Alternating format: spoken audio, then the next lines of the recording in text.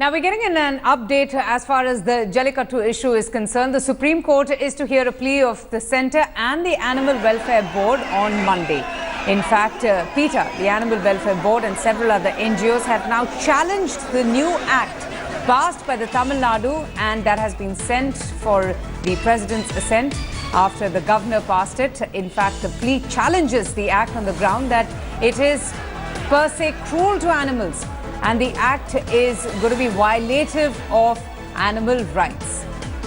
Anusha Soni joins us for more on this. Anusha, this was expected, isn't it? In fact, when we have been speaking to lawyers in the Supreme Court, they said that passing an act to amend, the Prevention of Cruelty to Animals Act is violative of the basic animal rights on which the act is based on. That's true, Vandika. I mean, let's put it into perspective. Yesterday, Attorney General informed the bench led by Justice Deepak Mishra that the centre is going to withdraw the 2016 notification under which Jallikattu was allowed. It was given, an exemption to be held. The judgment, the order was reserved on it. So clearly, the centre was trying to make the case infructuous at the Supreme Court. Today, Animal Welfare Board, PETA and many other NGOs have come forward to the Supreme Court and said that the new law which has been promulgated and passed to allow the practice to allow the festival of Jallikattu is violative, it's repugnant, and it is per se cruel to the animals. Now, we must understand that while the centre and the state government have all the legitimate authority to go ahead and pass laws, there are certain basic laws which are enshrined in the Constitution, and one of them is compassion and protection to the animals.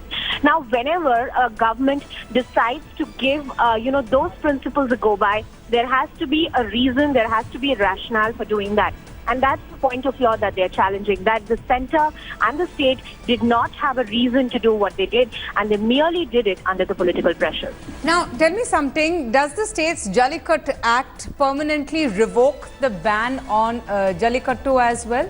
I mean, how does the passage of the bill affect this particular act?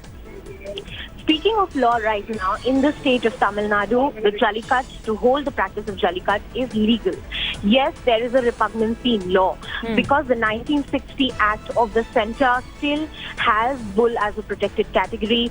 The 1960 Act is still not in sync with the law of the state of Tamil Nadu, but it has a precedent assent.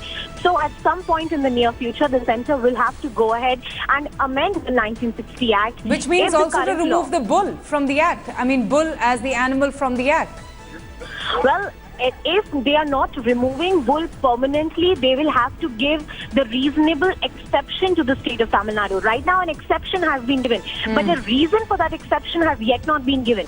And that reason will now have to be part of the 1960 Act. So whenever you give a state or a certain territory an exemption from the law of the centre, you will have to specify it in the Act. Why are you doing that? And then the argument snowballs that if you can allow it for one state, for one animal, why can't you allow it for other states and for other animals? Absolutely. So these are larger questions that the centre will have to answer to the Supreme Court, and clearly it's going to be one, a huge hearing for the centre, because this has been a huge political issue and also a mass social movement that we have seen in the state of Tamil Nadu.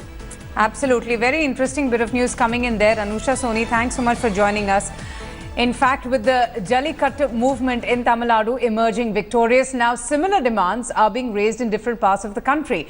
The most prominent is the chorus intensifying in the state of Karnataka to have Kambala, which is a buffalo racing sport, to be legalized. Taking a clear cue out of Tamil Nadu, the Chief Minister of the state has even hinted at an ordinance, even as protests are planned across the state.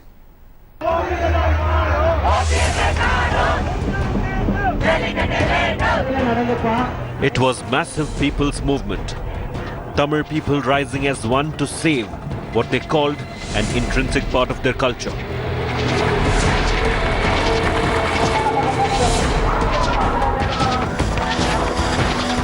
And now, inspired by the success of the Jallikattu movement, it's the Kannadigas raising a demand for Kambala.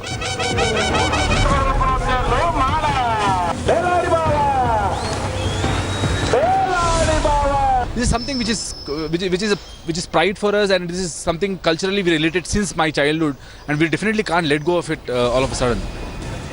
The argument is the same. We want this native culture native cultural act to continue.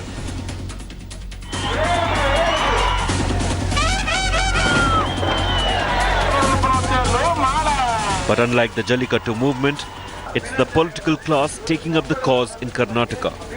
The Congress Youth Wing and a Kannada group have planned demonstrations and buns, while an MLA from the ruling Congress is even courting arrest.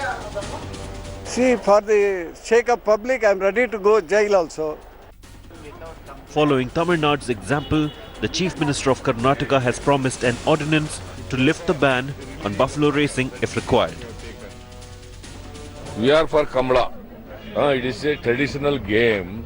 It has to be continued. We are for it. Cultural animal sports seems to be acting as the political unifier, with even arch rivals since inception, the BJP and Congress striking a concordant note. As expected, the legislation of Jallikattu has opened the floodgates. The chorus for Kambala, although the most prominent, is not the only one, raising the question, is the sidestepping of judicial bans through legislative orders a dangerous precedent? With Nolan Pinto and Rohini Swami, Bureau Report, India Today.